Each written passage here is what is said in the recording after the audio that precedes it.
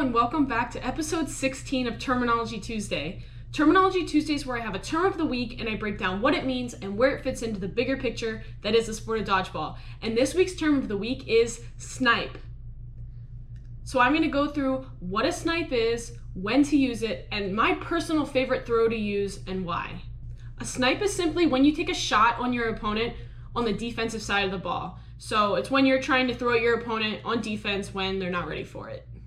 So a snipe at the end of the day is a risky throw. Just because you have a sniping opportunity open up doesn't always mean you should take it. For me personally, I like to think about the overall game situation. So if I am going into that start of the game and we're up 3 points, there's barely any time left, I'm not going to take a risk on a snipe because my team's up. I don't need it.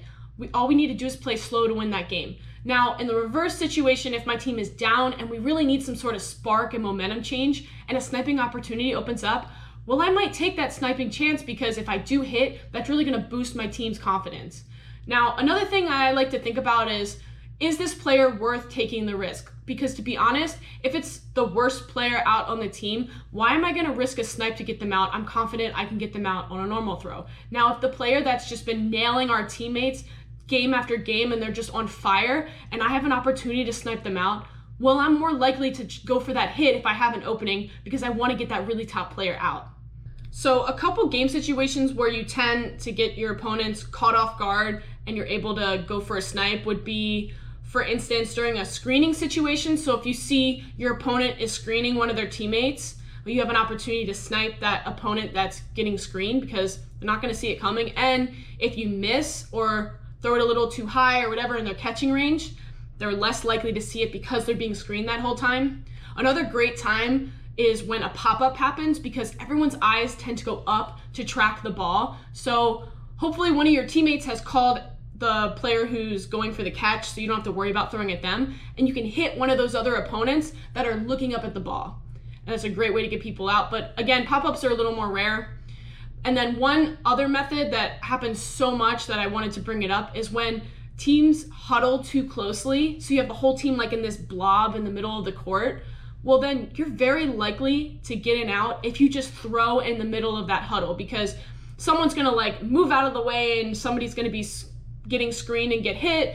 Somebody's going to block it into their teammates, or it's just going to bounce off of a couple people because they're so close. There's been so many times where that's happened in a game, and I always tend to get somebody out on a snipe because of a huddle like that. So most of the time, you're not really sniping to a player that's directly in front of you because they're probably paying attention to you.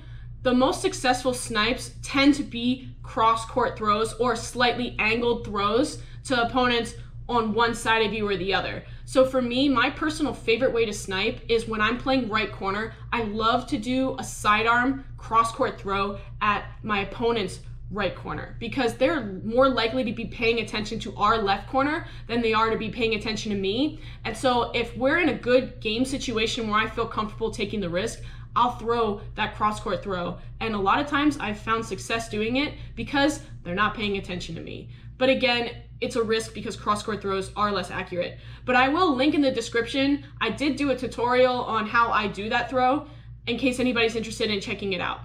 I hope this gave you guys a little more insight on sniping and some game situations on when to use it. If you did enjoy this video, please give it a like and subscribe to my channel. It really helps get my content out there. And then drop a comment with any other terms you'd like me to cover, and I'll see you guys next week.